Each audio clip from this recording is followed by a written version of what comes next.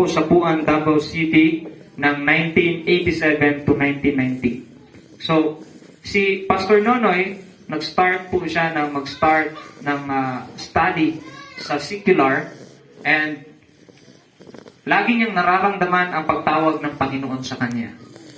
That is why siya ay dumulog sa kanyang ama. No?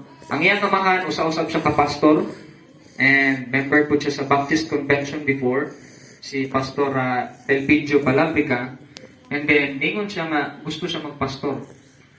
And dito na ko nakita as he was sharing nga dako kaya niya pagtuo pagsalit sa Ginoo. Kay ningon siya, musuporta man ka sa ko apa o dili, muspila ko og seminary. So, at that moment, nag-start si Pastor Nonoy nga nagampo sa Ginoo, o siya nag-raise o funds siyang pagalingon para ka-eskwela sa seminary. And while studying at the SPBTS, he organized leaders for the Jews Ministries, or JEWS, which aimed to minister the DepEd students and workers of commercial establishments in evangelism and discipleship training.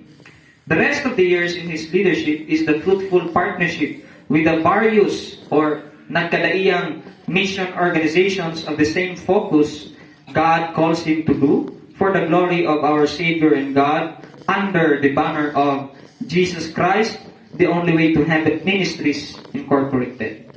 And this ministry is a mission organization which he founded in Compostela, Cebu Province in January 2008. So, igsuon, kung akong hinumduman kini mga tuiga, gamay pa kaayo po. And year 2000, na-transfer siya sa Cebu as evangelist o missionary. And mao kana ang rason nga doon na kami mga military chief nga ginapiyan lang po sa Ginoo kanamo. Dili amuha kundi ginapiyan lamang para sa mua.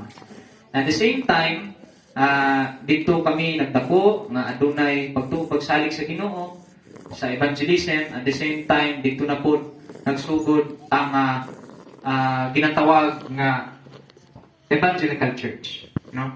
So before kini nagkaroon og evangelism or church nga ginatawag nato Jesus Christ, the only way to heaven Ministries Center Church, nag-start sa kini siya sa First Word Christian Fellowship Church of the Living God. And then later on, in 2008, nung kami ay nasa Cebu pa, ay nag-start itong mag-found when he was praying and God gave him the wisdom para i-found ang isang ministry na siya mismo ang magsusupport sa ministry. And later on, since 2000 to 2021, last year lang po mga kapatid, Brother Palabrica have been a member of the Solid Rock Gospel Ministers Association Incorporated. Or ito po yung ministry ng evangelism in which it also helped us to be equipped para kami po or tayo ay makapagpatuloy sa paghayo, no? Kasi maraming kaluluwa na nasa labas. Though we do have different organizations or mission organizations na makakatulong sa atin. And we are praising the Lord dahil even tayo po ay sinusuportahan natin ang bawat isa. Amen. Amen po ba? Amen. So, ito po ay patungkol sa ating founder and national pastor, our late Brother Reverend Elmerson Nonoy Libre Palabrica. It's because recently, last year, September 16, 2021, nasa sabakan na sa Ginoo. Amen? And we are praising the Lord as well. Though our physical are mourning and grieving, but the more we become spiritual, mas nasabtan nato nga ang Ginoo maayo kaayo kanunay. Amen? Amen. Kay tungod siya ni graduate ug usab, congratulations na diha para kaniya. Kay tungod sa buluton sa Ginoo nga siya usab daghan na kayong hagom sa buluton sa Ginoo. Amen. Pastor Elmerson, nag-start siya sa edad nga 19 years old. At the same time, nag-start po ko sa edad nga 18 years old. Raised up ko sa usa ka family, as you can see and witness, Pastora Daisy Udas Palabrica, nasa dinhi, o kiniusap ang namatan sa pamilya, nga dili ni sa sunod-sunod, kung dili pagsunod nato kini sa Ginoo. Amen. Amen?